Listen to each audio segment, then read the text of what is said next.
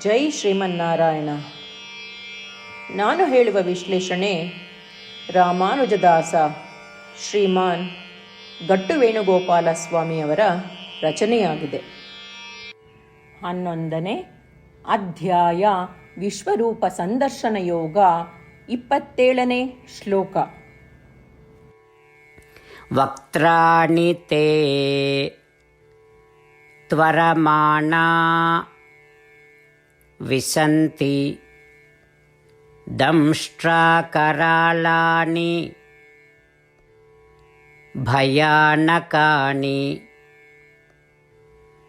ಕೇಚಿದ್ವಿಲಗ್ನಾ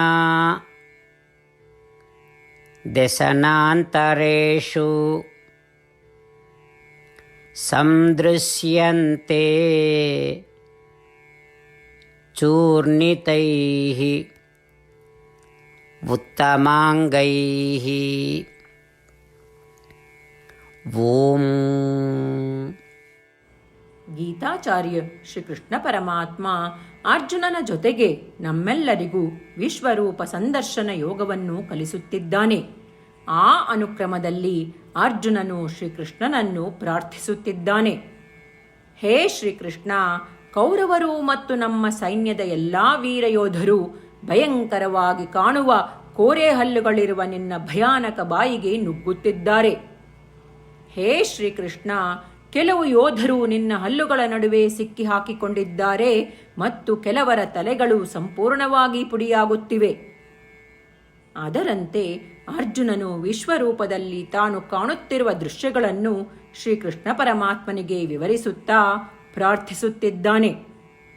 ಶ್ರೀಕೃಷ್ಣ ಪರಮಾತ್ಮ ಅಥವಾ ಶ್ರೀಮನ್ನಾರಾಯಣನಿಗೆ ಶರಣಾಗುವ ಮೂಲಕ ನಮ್ಮ ಜೀವನವನ್ನು ಸಾರ್ಥಕಗೊಳಿಸಲು ಪ್ರಯತ್ನಿಸುತ್ತಿರುವಾಗ ನಾವೆಲ್ಲರೂ ಅರ್ಜುನನ ಮಾತುಗಳನ್ನು ಶ್ಲೋಕದ ರೂಪದಲ್ಲಿ ಹಾಗೆಯೇ ಪುನರಾವರ್ತಿಸೋಣ.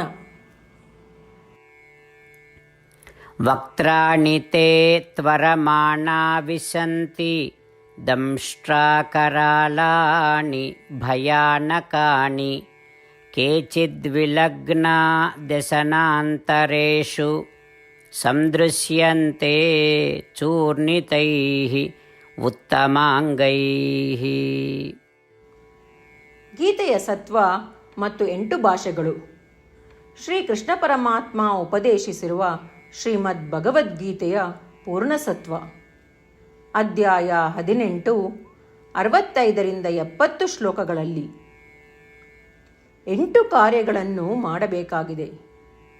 ಶ್ರೀಕೃಷ್ಣ ಹೇಳುತ್ತಾನೆ, ಈ 8 ಕಾರ್ಯಗಳನ್ನು ಯಾರು ಅನುಸರಿಸುತ್ತಾರೋ ಅವರನ್ನು ನಾನು ಪ್ರೀತಿಸುತ್ತೇನೆ. ನಾನು ಆ ಭಕ್ತರನ್ನು ಎಲ್ಲ ವಿಧದ ಮಾರ್ಗಗಳಲ್ಲೂ ಸಂರಕ್ಷಿಸುತ್ತೇನೆ. ಶ್ರೀಕೃಷ್ಣ ಪರಮಾತ್ಮ ಉಪದೇಶಿಸಿದ ಭಗವದ್ಗೀತೆಯನ್ನು ಪೂರ್ಣ ಕೇಳಿಸಿಕೊಂಡ ನಂತರ ಅರ್ಜುನ ಹೇಳುತ್ತಾನೆ, ಕರಿಷ್ಯೆ ವಚನಂ ತವ. ಇದರ ಅರ್ಥ, ಕೃಷ್ಣ, ನಾನು ನೀನು ಹೇಳುವ ರೀತಿಯೇ ಮಾಡುವೆ. ಇದೇ ಕಾರಣದಿಂದ ಶ್ರೀಕೃಷ್ಣ ಅರ್ಜುನನಿಗೆ ಎಲ್ಲ ವಿಧದ ಯಶಸ್ಸು ಮತ್ತು ವಿಜಯಗಳನ್ನು ಪ್ರದಾನ ಮಾಡಿದ. ನಾವು ಈ 8 ಕರ್ಮಗಳನ್ನು ಮಾಡುತ್ತೇವೆ ಎಂದು ಪರಮಾತ್ಮನಿಗೆ ನಮ್ಮ ಪ್ರತಿಜ್ಞೆಯನ್ನು ಮಾಡೋಣ. ಶ್ರೀಕೃಷ್ಣ ಪರಮಾತ್ಮನಿಗೆ ವಚನ ಕೊಡುವುದಕ್ಕಿಂತ ಯಾವ ಪೂಜೆ, ತಪಸ್ಸು ಅಥವಾ ಯಜ್ಞ ದೊಡ್ಡದಿಲ್ಲ. ನಾವು ಮಾಡಬೇಕಾಗಿರುವ ಈ 8 ಪ್ರತಿಜ್ಞೆಗಳನ್ನು ನಾನು ಹೇಳುವೆ. ನೀವೆಲ್ಲರೂ ದಯವಿಟ್ಟು ಮನಸ್ಸು ಮತ್ತು ಹೃದಯದಿಂದ ಯೋಚಿಸಿ. ಈ ರೀತಿ ಶ್ರೀಕೃಷ್ಣನಿಗೆ ವಚನ ಕೊಡುವುದರಿಂದ ನಾವೆಲ್ಲರೂ ಸಂತೋಷದಿಂದ ಪ್ರಕಾಶಿಸುತ್ತಿರುವ ಶ್ರೀಕೃಷ್ಣನ ಮುಖವನ್ನು ದೃಶ್ಯಕರಿಸೋಣ ಮತ್ತು ಆನಂದವನ್ನು ಅನುಭವಿಸೋಣ. ಜೈ ಶ್ರೀಮನ್ನಾರಾಯಣ. ಇವುಗಳೇ ನಮ್ಮ 8 ಪ್ರತಿಜ್ಞೆಗಳು. ನಮ್ಮ ಮೊದಲನೇ ಪ್ರತಿಜ್ಞೆ, ಹೇ ಶ್ರೀಮನ್ನಾರಾಯಣ, ನೀನು ಸೂಚಿಸಿರುವ ಹಾಗೆ ನಾನು ಸದಾ ನಿನ್ನ ಧ್ಯಾನ ಮತ್ತು ಚಿಂತನೆ ಮಾಡುವೆ. ನಮ್ಮ ಎರಡನೇ ಪ್ರತಿಜ್ಞೆ, ಹೇ ಶ್ರೀಮನ್ನಾರಾಯಣ, ನೀನು ಸಲಹೆ ನೀಡಿರುವ ಹಾಗೆ ನಾನು ಸದಾ ನಿನ್ನ ಭಕ್ತನಾಗಿರುವೆ. ನಮ್ಮ ಮೂರನೇ ಪ್ರತಿಜ್ಞೆ, ಹೇ ಶ್ರೀಮನ್ನಾರಾಯಣ, ನಾನು ನನ್ನ ಎಲ್ಲ ಕರ್ಮಗಳನ್ನು ನಿನ್ನ ಸೇವೆ ಮತ್ತು ನಿನ್ನ ಸಂತುಷ್ಟಿಗಾಗಿ ಮಾಡುವೆ. ನಮ್ಮ 4ನೇ ಪ್ರತಿಜ್ಞೆ, ಹೇ ಶ್ರೀಮನ್ನಾರಾಯಣ, ಅನುಸರಿಸಲು ನೀನು ಹೇಳಿರುವ ಹಾಗೆ ನಾನು ನಿನಗೆ ಸೇರಿದವನೆಂದು ಶ್ರೇಷ್ಠ ನಂಬಿಕೆ ಇದೆ ಮತ್ತು ನಾನು ಸದಾ 2 ಕೈಗಳನ್ನು ಜೋಡಿಸಿ ನಿನಗೆ ನಮಸ್ಕಾರ ಮಾಡುತ್ತೇನೆ ಮತ್ತು ನಿನ್ನನ್ನು ಪೂಜಿಸುತ್ತೇನೆ. ನಮ್ಮ 5ನೇ ಪ್ರತಿಜ್ಞೆ, ಹೇ ಶ್ರೀಮನ್ನಾರಾಯಣ, ನಿನ್ನ ವಚನಗಳನ್ನು ಸ್ಮರಿಸುತ್ತೇನೆ. ಮಾಮೇಕಂ ಶರಣಂ ವ್ರಜ, 18ನೇ ಅಧ್ಯಾಯ 66ನೇ ಶ್ಲೋಕ. ನೀನು ಹೇಳಿರುವೆ, ನಿನಗೊಬ್ಬನಿಗೇ ಶರಣಾಗಬೇಕು. ಶ್ರೀಮನ್ನಾರಾಯಣ, ನಿನಗೊಬ್ಬನಿಗೇ ಶರಣಾಗುವೆ. ನಮ್ಮ 6ನೇ ಪ್ರತಿಜ್ಞೆ, ಹೇ ಶ್ರೀಮನ್ನಾರಾಯಣ, ನಿನ್ನ ವಚನಗಳನ್ನು ಸ್ಮರಿಸುತ್ತೇನೆ. ಮಾ ಶುಚಃ, 18ನೇ ಅಧ್ಯಾಯ 66ನೇ ಶ್ಲೋಕ. ನೀನು ನಮಗೆ ಪುನರ್ ಆಶ್ವಾಸನೆ ನೀಡಿದ್ದೀಯ, ದುಃಖಿಸಬೇಡವೆಂದು. ನಾನು ಎಂದಿಗೂ ದುಃಖಿಸುವುದಿಲ್ಲ.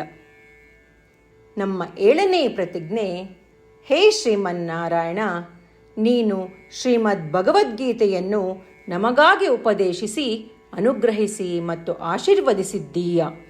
ನಾನು ಕನಿಷ್ಠ 1 ಶ್ಲೋಕವನ್ನು ದಿನಾ ಪಠಿಸುವೆ ಅಥವಾ ಕೇಳಿಸಿಕೊಳ್ಳುವೆ ಎಂದು ನಾನು ಪ್ರತಿಜ್ಞೆ ಮಾಡುವೆ.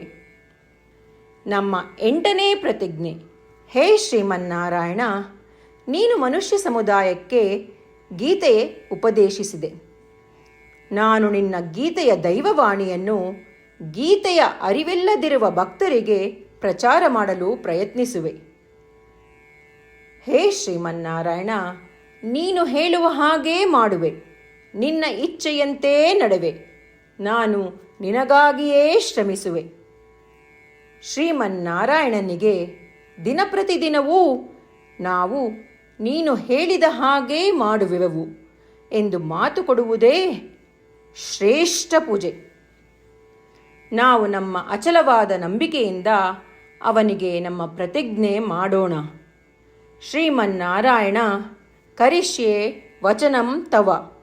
ಶ್ರೀಮನ್ನಾರಾಯಣ, ನೀನು ನುಡಿದಿರುವ ಹಾಗೇ ನಡೆವೆ. ಸರ್ವಂ ಶ್ರೀಕೃಷ್ಣಾರ್ಪಣಮಸ್ತು. ಜೈ ಶ್ರೀಮನ್ನಾರಾಯಣ. ವಕ್ತ್ರಾಣಿ ತೇ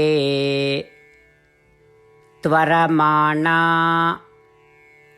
ವಿಸಂತಿ ದಂಷ್ಟ್ರಾಕರಾಳಾನಿ ಭಯಾನಕಾನಿ ಕೇಚಿದ್ವಿಲಗ್ನಾ ದಶನಾಂತರೇಷು ಸಂದೃಶ್ಯಂತೆ ಚೂರ್ಣಿತೈಃ ಉತ್ತಮಾಂಗೈಃ. ಓಂ. ವಕ್ತ್ರಾಣಿ ತೇ ತ್ವರಮಾಣಾ ವಿಶಂತಿ ದಂಷ್ಟ್ರಾಕರಾಳಾನಿ ಭಯಾನಕಾನಿ ಕೇಚಿದ್ವಿಲಗ್ನಾ ದಶನಾಂತರೇಷು ಸಂದೃಶ್ಯಂತೆ ಚೂರ್ಣಿತೈಃ ಉತ್ತಮಾಂಗೈಃ.